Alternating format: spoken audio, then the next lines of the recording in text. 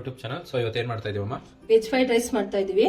ಅದಕ್ಕೆ ಬೇಕಾಗಿರೋ ಪದಾರ್ಥಗಳು 2 ಕ್ಯಾರೆಟ್, 1 ಕ್ಯಾಪ್ಸಿಕಮ್, ಅರ್ಧ ಎಲೆಕೋಸು, 2 ಈರುಳ್ಳಿ, ಒಂದು 5-6 ಹಸಿಮೆಣಸಿನಕಾಯಿ, ಒಂದು 5-6 ಬೀನ್ಸ್, ಮತ್ತೆ 2 spoon chilli sauce, 1 spoon soya sauce, ಮತ್ತೆ ಮೆಣಸು ಪುಡಿ ಮಾಡಿ ಇಟ್ಕೊಂಡಿರೋದು 1 ಸ್ಪೂನು, ರುಚಿಗೆ ತಕ್ಕಷ್ಟು ಉಪ್ಪು. ಸ್ಟವ್ ಹಚ್ಕೊಂಡು ಪಾನ್ ಇಟ್ಕೊಳ್ಳೋಣ. ಇದಕ್ಕೆ 4-5 ಸ್ಪೂನು ಎಣ್ಣೆ ಹಾಕೊಳ್ಳೋಣ ನಾವು.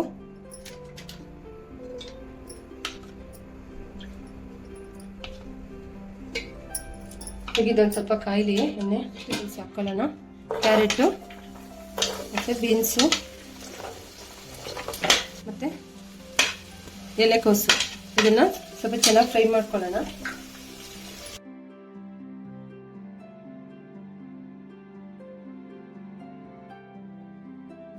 ಫ್ರೈ ಆಗಲಿ, ಲಿಡ್ ಕ್ಲೋಸ್ ಮಾಡೋಣ.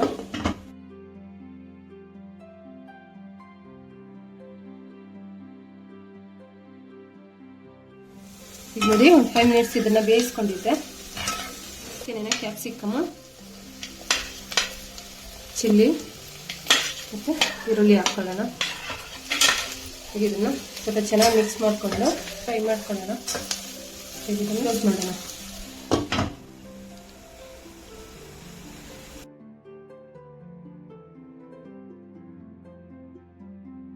ಚೆನ್ನಾಗಿ ಬೆಂದಿದೆ, ಎಷ್ಟು ಬೆಂದ್ರೆ ಸಾಕು. ಇದಕ್ಕೆ ಚಿಲ್ಲಿ ಸಾಸ್ ಹಾಕೊಳ್ಳೋಣ. ನೋಡಿ, 2 ಸ್ಪೂನು ಚಿಲ್ಲಿ ಸಾಸ್ ಹಾಕೊಳ್ಳೋಣ.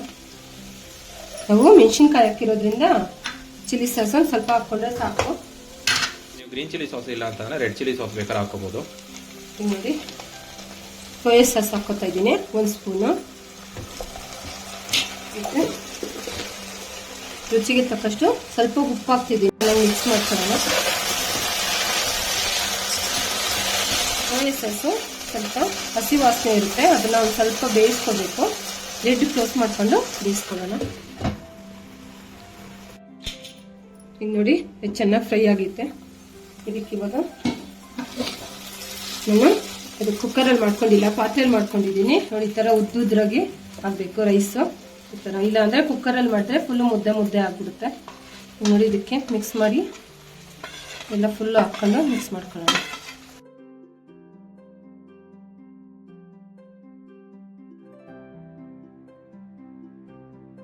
ಈ ಥರ ಚೆನ್ನಾಗಿ ಮಿಕ್ಸ್ ಮಾಡಬೇಕು.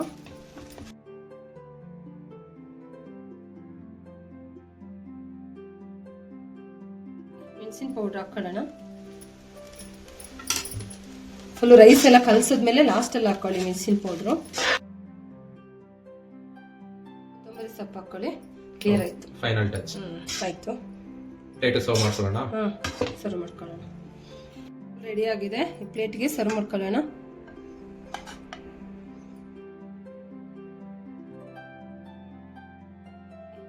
ವೆಜ್ ಫ್ರೈಡ್ ರೈಸ್ ರೆಡಿ ಆಗಿದೆ.